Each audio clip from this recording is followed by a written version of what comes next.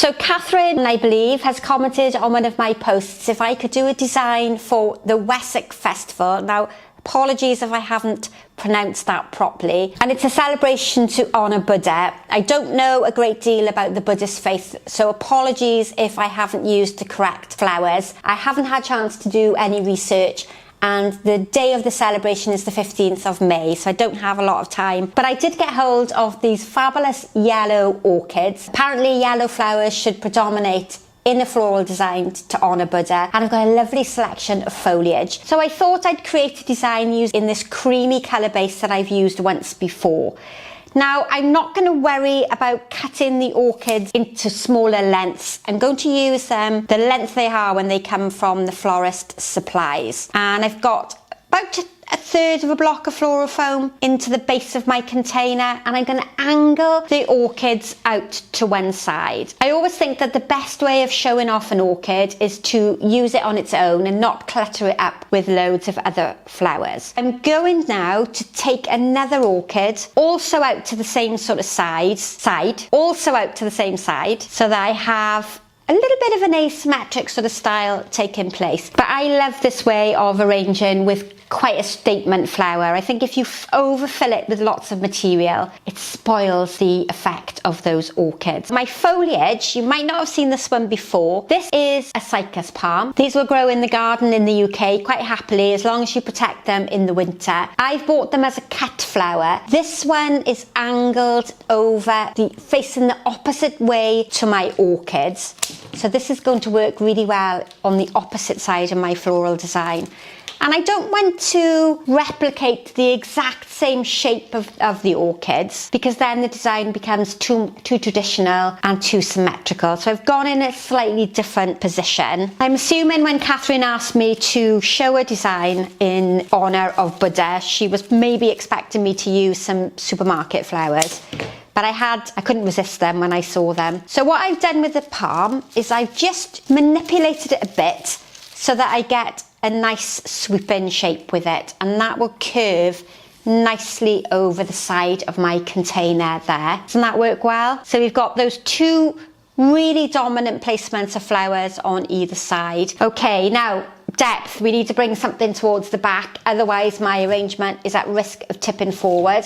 And what I'm going to use towards the back are these wonderful Monstera leaves, and these are going to be placed quite high so that the leaf is quite visible. I don't want to cut it down too short and it disappears into the arrangement. They're going to give me a lot of interest at the back, help to bring the colour all the way through to the back as well. And we can still see them from the front, but they're not too dominant and they're not overpowering the orchid. And then I'm going to bring one final one higher but facing the back. At the moment I've got my height and I've got my width, I've got my depth starting to take place, so now we need to bring some material through towards the front. And this time I'm going to use the Fatsia, or you might know it as the Aralia. Gorgeous palmate shaped leaf, lovely and glossy, great combination of shapes and textures in this arrangement, and these are going to come towards the front. And again, if I just manipulate that stem end, just use the warmth of my hand quite gently to manipulate it, I can get it to cascade over the front. And I'm going to place that one underneath, so we're draping quite casually over the front of that arrangement there. And to counterbalance that, I'm going to bring one onto the opposite side but tucked underneath the orchids. I've got a gap here where I can clearly see the foam, so that's going to work really well under there. And if we look at it from underneath, I've got that three-dimensional effect that I often talk about. I'm going to cut this one a bit shorter because it's sitting on top of my turntable. Now my foam in this design is really quite small, so I'm not going to be able to put a huge amount of flower content in it. And I really do love the drama that those orchids create on that opposite side. Now at the moment I've got quite a large section of foam here in the front, and even though I said at the very beginning I wasn't going to incorporate another flower, I've changed my mind, which happens quite often. I'm going to use the Chrysanthemum blooms, and you might have seen these in another arrangement.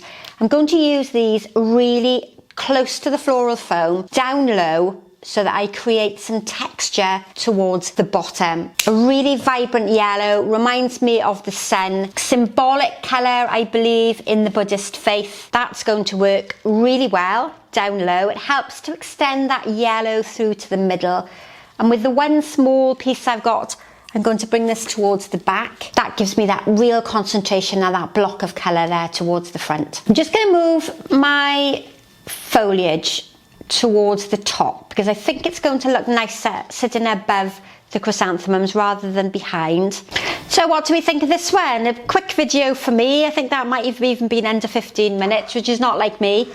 A beautiful design, quite simply made. Great use of 2 statement flowers over on the left hand side and then some recessive work in the middle to bring that yellow all the way through to the base. Now I'm really happy with the way that design has turned out. This is going to look great in an entrance hall. You could even put it on a low coffee table. Beautiful, bright and vibrant design using contrasting materials. Now I hope you've enjoyed that one. As always, please subscribe to the channel, hit that bell to be notified every time I upload a new tutorial, and give me a comment in the box below. Let me know what you like, what you dislike. I love to hear where you're from and what you enjoy about the videos. And if you want to join me on my private Facebook group, don't forget to look for me. It's Sharon's Innovations Group. You can join by answering a few questions, and you can join me to share photos of designs that you've created. Thanks for watching as ever. Bye for now, and we'll see you all again very soon.